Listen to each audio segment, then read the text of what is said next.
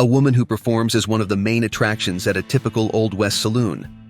Dressed in an outfit that reflects the fashion of the time, including a tight corset, a voluminous and flared skirt, and high calf boots, she would take the stage on weathered wooden boards. Since her teenage years, Sadie Earp had displayed skills in performing magic tricks and illusionism. She refused to conform to societal conventions and sought a life of freedom and fun. This led her to join a traveling show where she could showcase her talent and journey to different places. Sadie had no interest in pursuing traditional careers for women of her era, such as teaching, housekeeping, or laundry work. On February 18, 1878, a group of armed men working for Lincoln County Sheriff William Brady encountered John Tunstall on a farm. Tunstall was a farmer and merchant who had hired some young men, including Billy, to tend to his cattle and hunt turkeys. The sheriff's men shot Tunstall and his horse, killing them instantly. In 1880, photographer David Barry captured an image of Lakota Rain in the Face, one of the most famous warriors of the Sioux Nation. In the photo, he proudly holds his Winchester .73 rifle, a weapon he used in numerous battles against American soldiers. Rain in the Face was a leader of the Hunkpapa Band, which allied with the Oglala, Cheyenne, and Arapaho under the influence of Sitting Bull and Crazy Horse. He participated in the historic Native American victory at the Battle of Little Bighorn in 1876. John Wesley Hardin, one of the most notorious gunslingers of the Old West, claimed to have killed 42 men in his lifetime. The first of these murders occurred when he was just 15 years old, in a controversial situation. According to Hardin, he was being pursued by a former slave who had previously attacked him and was armed with a club. Hardin claimed to have shot the man in self-defense, but other sources suggest the former slave was unarmed, and Hardin acted out of racism. On November 4, 1881, a grieving man arrived in Tombstone, Arizona.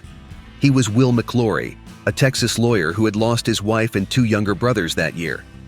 He came to join the prosecution team accusing the Earps and Doc Holliday of murder. His brothers Tom and Frank McClory were killed in the famous OK Corral shootout, along with Billy Clanton. Will McClory was determined to seek justice for his family and revenge against the killers. On a cold and cloudy November day, the famous gunslinger and gambler Doc Holliday took his last breath in a modest hotel room in Glenwood Springs, Colorado. He had moved there in search of relief from his chronic illness, tuberculosis, which had plagued him since youth. However, in addition to tuberculosis, he also suffered from pneumonia, a common complication among lung disease patients. His tough life, marked by violent confrontations, heavy drinking, and gambling, also contributed to his weakened state. Women living on the frontier faced many challenges and hardships. They had to leave their place of origin, separate from loved ones, and adapt to a new reality. Often, they did not have the support of their husbands, who were absent or deceased, and had to take care of the home, land, and children on their own. An anonymous photographer captured a rare and historical scene on a boudoir card. Soldiers from the 10th Mechanized Cavalry, a unit of the Brazilian Army, and indigenous scouts, who served as guides and explorers on a mission in the interior of the country. The photograph, revealing aspects of the culture and military strategy of the time, was auctioned for $20,000. On the banks of the creek that runs through the town of Las Vegas, Nevada, a man and a woman pose for a photograph with their dog. They lived in the early 20th century, between 1904 and 1905, when Las Vegas was still a small rural community. After 4 months of evasion and combat against the forces of the United States Army, who sought to confine the Nez Perce to a smaller reservation in Idaho, Chief Joseph decided to surrender along with most of his people. They were surrounded by General Oliver Howard and Colonel Nelson A. Miles in a mountainous region in northern Montana, only 68 kilometers from the Canadian border, where they hoped to find refuge.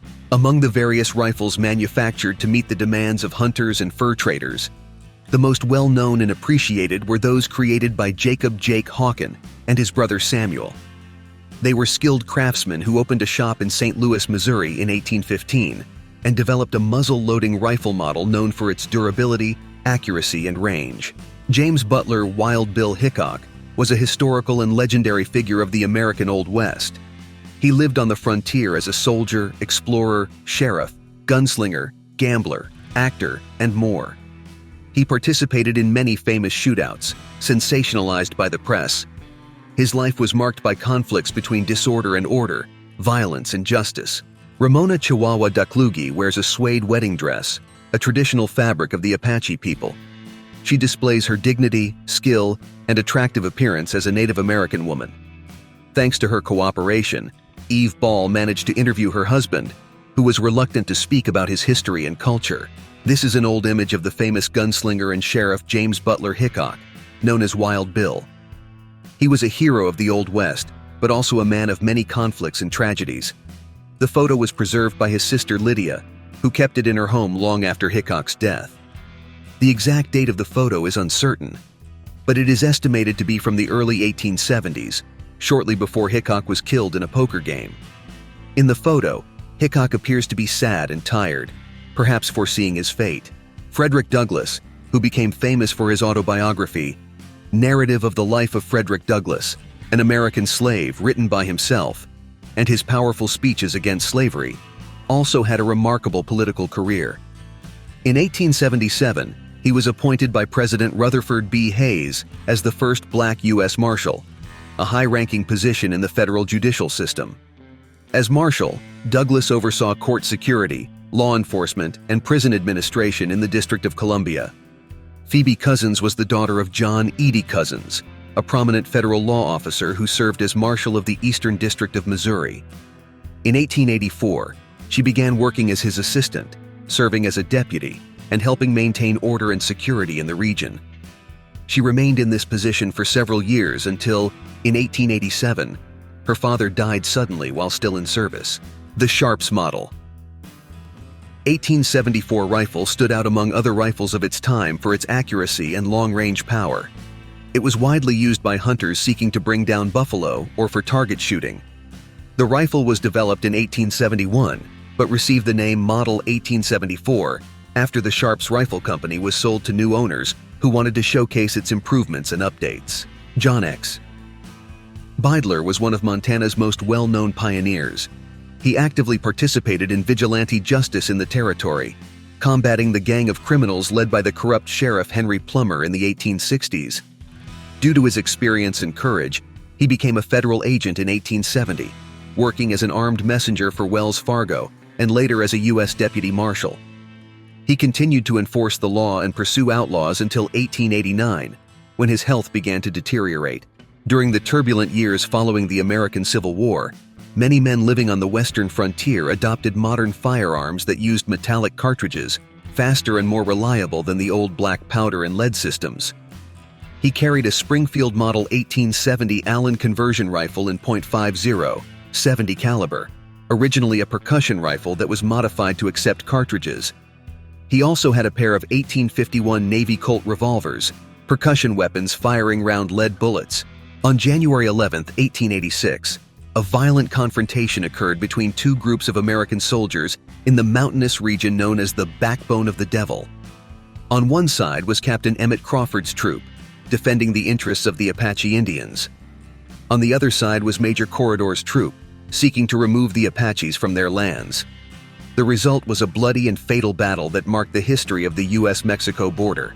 Molly Burkhart, second from the right, lost all three of her sisters in suspicious circumstances. Rita Smith, far left, died in an explosion. Anna Brown, second from the left, was shot in the head, and Minnie Smith, far right, died from what doctors called a peculiar debilitating disease. From their home in Sioux City, Iowa, the Cloyd H. Smith family launched the American Popcorn Company, better known as Jolly Time, in 1914. In their first year of business, they sold 75,000 pounds of popcorn. Since then, the snack business started in a basement has sold over 3 billion pounds of this popular treat. Women living in the Old West faced many challenges and dangers, but also had opportunities for freedom and adventure. Some chose to take an outlaw path, stealing, killing, and evading the law. Others excelled as explorers, scouts, spies, or artists. Many became legends, like Calamity Jane, Annie Oakley, and Belle Starr. They defied the gender norms of the time and showed that bullets did not discriminate by gender. Women who worked as prostitutes or dancers in Old West saloons faced a tough and dangerous life. They were marginalized by society, and often suffered violence and abuse from customers and establishment owners. Some of them tried to escape this reality by getting involved with outlaws or gunslingers, but they didn't always find love or protection. Others sought a form of artistic expression and freedom through dance, but had to deal with prejudice and competition.